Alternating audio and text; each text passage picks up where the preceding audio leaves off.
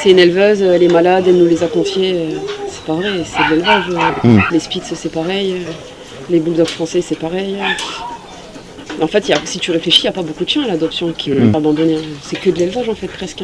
Quand tu vois, tous les chihuahuas, ils sont tous dehors, alors que c'est des petites bêtes. C'est des chiens qui ont froid, ils sont tous dehors. Les bulldogs français, ça supporte pas le froid, ils sont tous dehors. Enfin, c'est trop de chiens qui gardent à force, tu vois, pour le rendement. Ouais. Pourquoi? Pour le rendement, quoi. Pour qu'il y ait toujours de l'argent qui rentre. Deux vidéos qui se rapprochent alors que ça fait presque 2 mois que je n'avais rien posté. Eh bien oui, mais c'est parce que l'actualité des animaux, elle s'arrête pas à moi, elle s'arrête pas à ma formation. Donc forcément, il y a des choses à dire. Du coup, même tenue, même coiffure, même make-up. Ouais, je m'ai dit make-up. Pour vous parler d'un sujet grave, qui va être peut-être un petit peu long parce que j'ai des choses à raconter là-dessus, et bien parce que j'ai fait partie de ces personnes qui, à un moment donné, ont essayé de faire bouger les choses. Près de Béziers, l'horreur absolue, dans un refuge, on en parle. On est sur le métropolitain et c'est parti. Donc l'horreur absolue au refuge de l'Arche de Noël, One Voice porte plainte. L'association One Voice a décidé de saisir la justice contre le refuge animalier, l'Arche de Noël, qu'elle qualifie d'élevage usine. Photo d'une chienne reproductrice photographiée à l'Arche de Noël. L'association One Voice sort ses crocs et ses griffes. Elle a décidé de saisir la justice contre le refuge animalier l'Arche de Noël sur la route de Marossan aux portes nord de Béziers qu'elle qualifie d'élevage usine. Des animaux en surpopulation, enfermés, qui sortent très rarement, voire jamais, qui pataugent dans la boue à longueur de journée, une hygiène épouvantable, mais surtout des êtres vivants exploités pour une reproduction de masse. Voilà les termes exacts employés par l'association de protection animale One Voice pour décrire le sort réservé aux malheureux qui s'y trouvent dans un communiqué envoyé à l'attention des médias régionaux ce lundi 20 novembre 2023 avec une photo à l'appui. Ils sont clôturés? Ah ouais, t'es obligé des fois d'arriver là où je dois, coup de bâton pour les séparer, ça chaque fois. Hein. Des fois t'arrives, les malinois, te chopent. Tu peux pas les sortir en plus? Ben non, c'est compliqué. Ouais, parce que lui, quoi, si tu veux sortir lui, comment tu fais pour le traverser? Voilà, faut être plusieurs, que tout le monde tient des chiens, tu parles. Ouais, ça arrive jamais. Ouais, tu vois, j'ai le nombre de bénévoles qui font Alors, on va déjà refaire une petite pause. Eh bien, ce refuge, ça fait des décennies qu'il existe. Je crois qu'il a mon âge, quasiment. Et lorsque j'étais très active dans mes fonctions d'enquêtrice maltraitance, eh bien, j'ai monté un dossier à l'époque contre justement l'Arche de Noël avec beaucoup de témoignages, beaucoup de photos de personnes qui avaient pu s'y rendre. Et je l'avais envoyé, déposé même dans les bureaux de la DDPP pour essayer de faire bouger un petit peu tout ça. Ça n'a absolument pas fonctionné. De même, je l'avais fait également pour un autre refuge, enfin qui se dit refuge, mais qui est une usine à fric, le Mas Siskey, aussi dans les Pyrénées-Orientales. Donc je vous salue tous les deux si vous passez par là à un moment donné. J'ai fait partie de vos détracteurs et je continue de l'être. Et j'espère réellement que vous paierez pour tout ce que vous avez fait et tout le mal que vous avez fait aux animaux en nous faisant croire que vous étiez des refuges, que vous aimiez les animaux, etc. C'est absolument dégueulasse. Donc voilà, ça c'est dit. Je peux poursuivre. One Voice affirme avoir enquêté d'octobre 2022 à février 2023 au sein de l'Arche de Noël près de Béziers et y avoir découvert l'horreur absolue et de dénoncer un lieu qualifié à tort de refuge depuis sa création en 1982, voilà ce que je vous disais, ça à mon âge, par son actuel responsable. Si un refuge a normalement pour but de recueillir les animaux en provenance de la fourrière ou abandonnés par leurs humains afin de leur trouver une nouvelle famille, celui-ci a une toute autre vocation, la reproduction massive, afin de les revendre au prix fort, pour soi-disant faire vivre cet établissement. Mais du coup, les chiots, tu les vends pas au prix associatif? Ah non, là c'est 500 €, 600 €, tous les chefs d'élèves. Quand les chihuahuas, c'est 1000 €. Ce qu'il explique, c'est que certes, il est refuge, donc voilà, il sort des animaux de fourrière, il répond aux demandes de la gendarmerie, etc. quand il y a une saisie. On va en reparler un petit peu plus loin de cette espèce de cercle vicieux un petit peu dégueulasse où tout le monde y trouve son compte. Tout le monde sait, mais personne ne dit rien parce que ça nous rend bien service. Donc voilà, c'est un petit peu dégueulasse. Et donc, il explique que lui, il n'a pas de retraite, il n'a pas de tout ça, il bosse pas en fait, c'est son activité principale et que donc, pour faire vivre tous les achats qu'il doit faire en termes de croquettes, de soins vétérinaires, etc., eh bien, une petite reproduction et la vente de quelques chiots, ma foi, ça n'a jamais tué personne, évidemment. Hein, c'est risible tout ça. Je vais être un petit peu ironique tout au long de cette vidéo, mais vous comprendrez que ça me hérisse un petit peu le poil.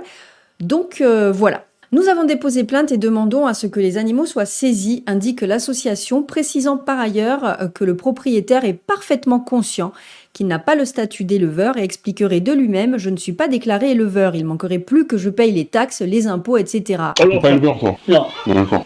je suis revendeur, mais j'ai le droit de revendre, mais pas d'acheter aux éleveurs les invendus et les replacer, mais je ne suis pas déclaré éleveur. Il manquait plus que je paye les taxes, les impôts. Ah oui, évidemment. Les chiennes sont giflées, les champions branlés. L'activité d'élevage serait-elle donc dissimulée dans le seul but de ne pas avoir à déclarer les revenus de l'administration? Non. N'étant pas parvenu à obtenir la version contradictoire du responsable du refuge, âgé de 72 ans, la rédaction de Métropolitain ne peut pour l'heure que vous relayer les informations présentées par voie de ce communiqué, dans lequel il est écrit que les bénévoles aussi sont au courant. L'une d'eux préciserait même que la majorité de ceux présentés à l'adoption ne proviennent pas d'abandon, mais de la reproduction intense des chiennes détenues sur place. En fait, si tu réfléchis, il n'y a pas beaucoup de chiens à l'adoption qui ont été abandonnés. C'est que de l'élevage, en fait, presque. La rédaction a regardé les photos publiées ces derniers mois sur la page Facebook de ce refuge animalier. Montrées du doigt, on voit par exemple l'adoption par une famille de chiens magnifiques en bonne santé au mois de juillet 2023. Évidemment. La vice-présidente réagit par voie de communiqué. La vice-présidente donc de l'association de l'Arche de Noël. Compte tenu des nombreuses menaces de mort dont le propriétaire du refuge, sa fille et sa petite-fille sont victimes depuis le reportage de TF1, oui, parce que y a un reportage qui est passé dans l'émission Reportage de TF1 où justement on suit One Voice, on voit ce que leur bénévole infiltré a pu filmer, etc., etc. Et donc, forcément, il reçoit des menaces de mort. Mais en même temps, c'est le jeu, ma pauvre Lucette. Dans le reportage, il explique clairement que quand les services vétérinaires, etc., viennent pour faire des contrôles et qui lui disent « ça, il faudrait le faire parce que sinon tu vas avoir une fermeture administrative, ça, il faut le faire, etc., etc. » Ben lui, en fait, il se contente simplement de dire « Ah, mais écoutez, c'est bon, si vous me demandez de faire des trucs, moi j'arrête tout. Prenez-les les animaux, là, il y en a... Allez, je me suis fait mal. Prenez-les les animaux, là, il y en a 40, là, ou 50. » Donc ça, c'est son discours. Voilà, à Noël, c'est-à-dire que « Oh, vous m'en demandez trop, mais prenez-les les animaux. » Voilà. Et dans le communiqué, on voit bien que c'est ce qu'il fait, une nouvelle fois, en fait. Le propriétaire est souffrant depuis de nombreuses années, en situation de handicap, mais c'est toujours lui qui a récupéré les chiens lorsque la police, la gendarmerie et les pompiers ont fait appel à lui. Voilà, ça c'est le fameux cercle vicieux dont je vous parlais. C'est que tout le monde sait que le refuge est dégueulasse, tout le monde sait que ce qui s'y passe est dégueulasse, mais quand on est gendarme ou pompier et qu'on récupère un animal, et je les remercie parce que tous ne le font pas, ne savent pas où le mettre, eh bien, ils font appel même aux refuges qui sont dégueulasses, en fait. Tout simplement parce qu'ils n'ont pas le choix, parce qu'on vit dans un état où le gouvernement continue de se foutre allègrement du statut animal. Et bon, je vais me calmer un petit peu, mais vous avez compris mon état d'esprit. Messieurs les pompiers, les policiers, les gendarmes et les personnes qui trouvent des animaux ou qui souhaitent les abandonner, veuillez contacter directement la SPA de Béziers ainsi que Valérie Michel, présidente de l'association Jamais sans mon chien. Donc là, il renvoie le bébé aux autres associations, comme un enfant en fait qui vient d'être pris en faute, tout simplement.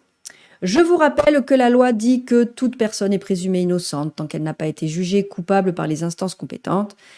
Les réseaux sociaux et la télévision ne sont pas les nouveaux tribunaux populaires. Si, la maltraitance humaine et le cyberharcèlement sont tout aussi condamnables et punis par la loi. Ça plaît pas! Hé! Jamais je rentre, moi!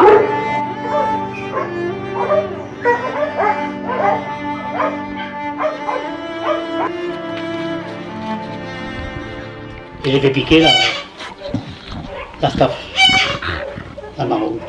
Rien. Le harcèlement scolaire est également condamnable. La petite fille du responsable du refuge a eu peur d'aller à l'école aujourd'hui car elle a déjà été victime de harcèlement des mois auparavant. Alors, je ne suis pas pour le harcèlement et je vais dire la phrase que YouTube aime et que tout le monde aime, les bien-pensants. N'allez pas harceler ce refuge, n'allez pas harceler la famille de ce pauvre Noël qui a fait de son mieux depuis 1982, blablabla, blablabla, blablabla. On a compris. L'association One Voice poursuit. En plus d'être exploités, les chiens sont détenus dans un milieu insalubre. Les Malinois en particulier pataugent en permanence dans des boxes boueux. Leur seul moyen de se mettre au sec, une niche cassée et un panier miteux. Les femelles, si elles ont la chance d'être au sec, sont enfermées à longueur de journée dans des cages exiguës et dans l'obscurité. Les chiots, nouveau-nés particulièrement sensibles aux maladies, sont manipulés sans aucune précaution et exposés à la fumée de cigarettes. Une pauvre chienne qui profitait de ces 10 minutes de sortie quotidienne, curieuse, a eu le malheur de s'approcher des chiots. Réaction immédiate, une gifle gratifiée d'un dégage. Alors, une femelle. 2 femelles. Dégage. C'est pas du tiens. Pour continuer dans le sordide, le patron n'a d'ailleurs aucune honte à expliquer qu'il branle ses chiens pour avoir recours lui-même à des inséminations artificielles parce qu'il sait pas baiser ce con. Alors, vous avez vu que mon cerveau a bugué et que du coup ma bouche a eu du mal à sortir ces mots. Vous avez compris, vous avez le texte sous les yeux. Oui, c'est bien ce que vous imaginez. Et ça me fait sortir de l'urticaire, non, je crois. Le temps, c'est de l'argent, alors on ne va quand même pas attendre que les chiens se reproduisent naturellement, parce qu'il n'y a pas de limite au cynisme. On apprend d'ailleurs que tous les reproducteurs sont baptisés champions. Comme ça, on ne se trompe pas. C'est pas du tiens. C'est lui champion? Ouais. Ils s'appellent tous champions? Mais reproducteurs, oui. Ah, ok. Comme ça, on se trompe pas. Il sait pas baiser ce con. À tout du temps, il faut les braler pour les aider. Vous savez, il n'arrive pas seul. D'accord. Il est obligé de les tenir et... Après, une fois qu'il Tu le fais toi ça? Hein? Tu le fais toi ça? Ouais, l'insémination. Oh, ok. Si on les brale, on prend les prouvettes et on les éjecte à la femelle. D'accord. Alors, pour ceux qui ne le savent pas, hein, c'est lui. Voilà. Noël Azopardi, hein, qui a une bonne tête de vainqueur. Hein. Une plainte et une pétition à signer. Évidemment, vous connaissez la musique. Je vous mettrai la pétition dans la barre d'infos et en premier commentaire épinglé. Donc, je vous invite vraiment à aller la signer. One Voice a porté plainte. On ignore si une enquête de police ou de gendarmerie est lancée contre le propriétaire et appelle le public à signer sa pétition pour demander la fermeture de ce refuge en lequel elle ne voit rien d'autre qu'un élevage insalubre, une affaire à suivre. Oui, de toute façon, c'est un élevage insalubre, clairement. Et qui est, alors il faut savoir que Noël ici est notamment soutenu par une association de protection animale de mon département qui s'est créée il y a quelques temps, il n'y a pas très très longtemps, et qui fait de la, comme moi en fait, hein, des enquêtes maltraitance. Donc c'est vraiment un comble, voilà.